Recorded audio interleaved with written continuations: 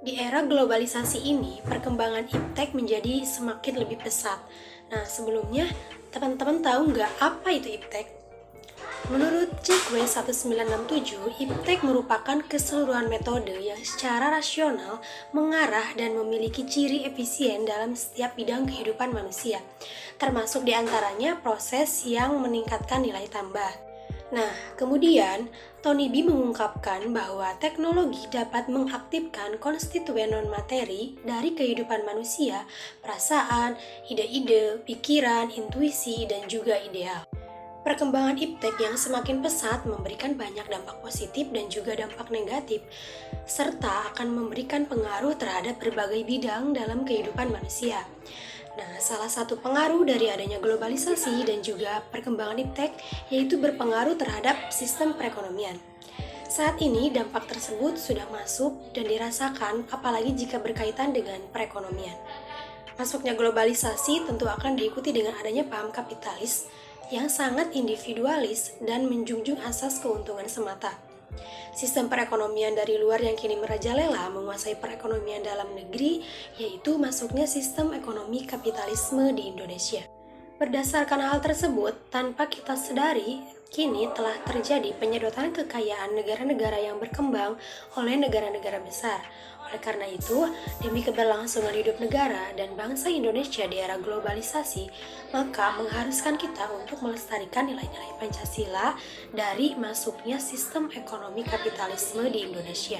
Asal dari pemikiran Adam Smith melalui bukunya yang berjudul Wealth of Nation yang diterbitkan pada tahun 1776. Di dalam buku tersebut dituliskan bahwa semua orang di dunia ini seharusnya diberi kebebasan untuk bekerja atau berusaha dalam persaingan yang sempurna, tanpa intervensi dari pemerintah. Sistem ekonomi kapitalis mempunyai konsep keadilan versinya sendiri. Keadilan yang dimaksud adalah semua orang berhak menerima imbalan berdasarkan prestasi kerja. Selain Adam Smith, ilmuwan yang populer di bidang ekonomi kapitalis adalah Karl Marx. Menurut beliau, kapitalisme merupakan sistem ekonomi yang dibuat dan digunakan dengan maksud mendapat keuntungan dari setiap proses produksi. Hal ini dilakukan dengan cara mode of production, di mana proses mengorganisir setiap produksi secara terukur dan sistematis untuk mengurangi biaya produksi hingga seminimal mungkin. Yang terakhir adalah menurut Max Weber, kapitalisme memiliki manfaat atau segi positif bagi kehidupan, di mana semangat kapitalisme ini sejalan dengan doktrin keagamaan. Jika didasari pada penjelasan beberapa tokoh atau ahli tersebut, maka kamu bisa menafsirkan secara jelas. Bagi kamu yang melihat kapitalisme sebagai cara untuk mendapatkan keuntungan secara besar atau memperkaya diri sendiri, hal ini jelas pendapat dari Karl Marx. Lalu, jika pengertian kapitalis ini dilakukan sebagai bentuk usaha dalam meraih kesuksesan dunia dan akhirat, maka hal ini pendapat Weber. Lain halnya jika kamu melihat sistem kapitalis sebagai bentuk dalam meningkatkan dan mensejahterakan perekonomian suatu negara, maka hal ini merupakan pendapat Adam Smith. Kamu bisa menyimpulkan kapitalis ini baik atau buruk melalui pandangan tertentu. Selanjutnya adalah masuknya sistem ekonomi kapitalis. Ketika Indonesia telah memasuki era pemerintahan Orde Baru sejak 1966, maka jejak kapitalisme di Indonesia dapat ditelusuri, dan kini dengan adanya perkembangan iptek yang lebih pesat mengakibatkan sistem ekonomi kapitalis dengan mudahnya dapat masuk ke Indonesia. Sistem ekonomi kapitalis menjadi sebuah hambatan untuk perdagangan yang adil dan dapat mendukung hak buruh serta keadilan sosial yang sudah menjadi keharusan untuk dijadikan prioritas terbesar di suatu negara. Sistem ekonomi kapitalis juga mendorong meningkatkan jumlah kemiskinan, sebab sistem ekonomi ini lebih memprioritaskan hak-hak para pemilik modal, investor, dan kapitalis, sehingga hal tersebut dapat membuat mereka berada pada posisi sentral. Adapun contoh sistem ekonomi kapitalis yang ada di Indonesia, yaitu yang pertama contohnya misalnya dengan eksploitasi sumber daya alam yang ada di kawasan Papua. Eksploitasi ini dilakukan oleh perusahaan dari negara lain, yakni PT Freeport yang bekerja sama dengan pemerintah sejak Orde Baru. Yang kedua yaitu menjamurnya pusat pembelanjaan modern yang menggerus pasar tradisional yang lambat laun konsumen menjadi memilih pasar modern dikarenakan alasan yang lebih nyaman, mudah, serta pilihannya beragam.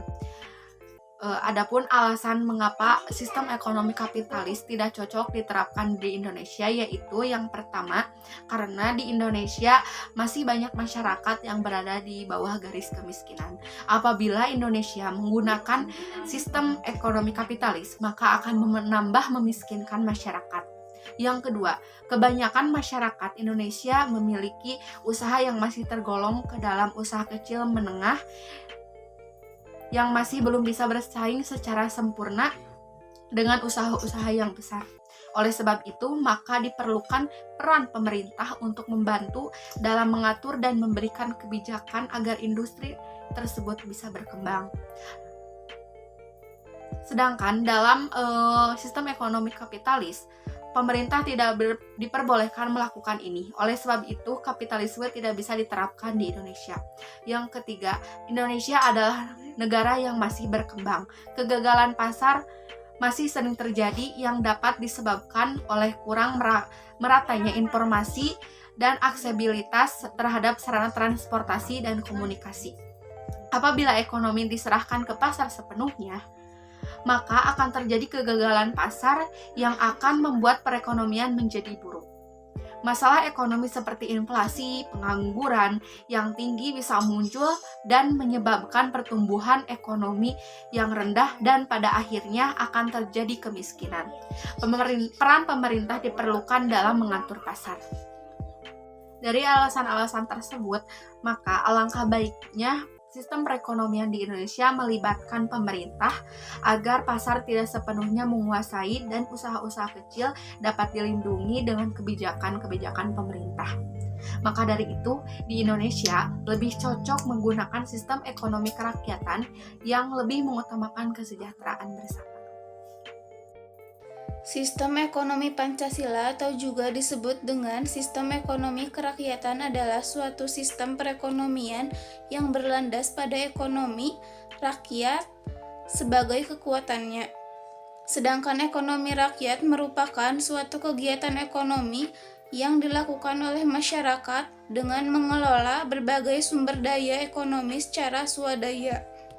Indonesia itu merupakan satu negara yang menerapkan sistem ekonomi kerakyatan dan peran negara yang ditegaskan di dalam Undang-Undang Dasar 1945 pada pasal 27 ayat 2 dan pasal 34 yang menyebutkan adanya 5 peran negara dalam sistem ekonomi kerakyatan atau juga sistem ekonomi Pancasila. Dengan jelas bahwa Indonesia sendiri menganut sistem ekonomi kerakyatan atau sistem ekonomi Pancasila. Namun pada kenyataannya atau pada lapangannya sendiri terdapat beberapa kebijakan-kebijakan yang seharusnya meringankan rakyat ataupun mensejahterakan rakyat justru dapat memberatkan rakyat itu sendiri. Salah satu contoh nyata penerapan dari sistem ekonomi yang berlandaskan pada ekonomi rakyat adalah dengan dibentuknya koperasi. Pembentukan koperasi sendiri bukan tanpa tujuan. Koperasi sendiri bertujuan untuk mensejahterakan ataupun dari lingkup kecil terlebih dahulu. Dengan dibentuknya koperasi juga bertujuan sebagai bentuk pengamalan dari pasal 33 ayat 1 Undang-Undang Dasar 1945 atau prinsip ekonomi kerakyatan. Namun, sistem ekonomi kerakyatan ataupun Pancasila sendiri juga mengalami beberapa kekurangan, yaitu kurangnya perhatian pemerintah terhadap kemakmuran serta kesejahteraan rakyat Indonesia sendiri, serta besarnya kesenjangan sosial dalam masyarakat, serta kurangnya partisipasi masyarakat itu sendiri dalam pengambilan kebijakan ekonomi. Menjadi masalah ekonomi yang sering terjadi khususnya di negara berkembang. Yang dapat ditarik dari judul ini yaitu sistem ekonomi kapitalis sendiri kurang cocok apabila diterapkan di Indonesia yang dimana notabene Indonesia belum siap ataupun perekonomian dan kondisi Indonesia yang statusnya masih negara berkembang. serta dilihat dari dampak yang ditimbulkan dari sistem ekonomi liberal sendiri, yang dimana hal ini tidak mencerminkan nilai-nilai yang terkandung dalam Pancasila, terutama sila kelima, yaitu keadilan sosial bagi seluruh rakyat Indonesia. Hal ini bisa terlihat karena sistem ekonomi liberal menguntungkan para penguasa yang selebihnya, dan tentu saja sistem ekonomi saat ini yang sesuai dengan keadaan Indonesia khususnya di bidang ekonomi, yaitu sistem ekonomi Pancasila ataupun sistem ekonomi kerakyatan. Dan hal ini sudah diatur dalam Perundang-undangan pasal 33 ayat 1 di mana tentang prinsip ekonomi. Dampak dari perkembangan iptek sendiri yaitu dengan munculnya sistem ekonomi liberal itu sendiri. Yang sistem ekonomi liberal ini muncul pada saat revolusi industri. Dalam sejarah Indonesia sendiri, 1870 sampai 1900 disebut dengan masa liberalisme, yang dimana kaum penguasa Belanda dan modal swasta diberikan peluang oleh pemerintah Hindia Belanda untuk menanamkan modalnya dalam berbagai usaha kegiatan di Indonesia. Mungkin sekian yang dapat disampaikan. Terima kasih.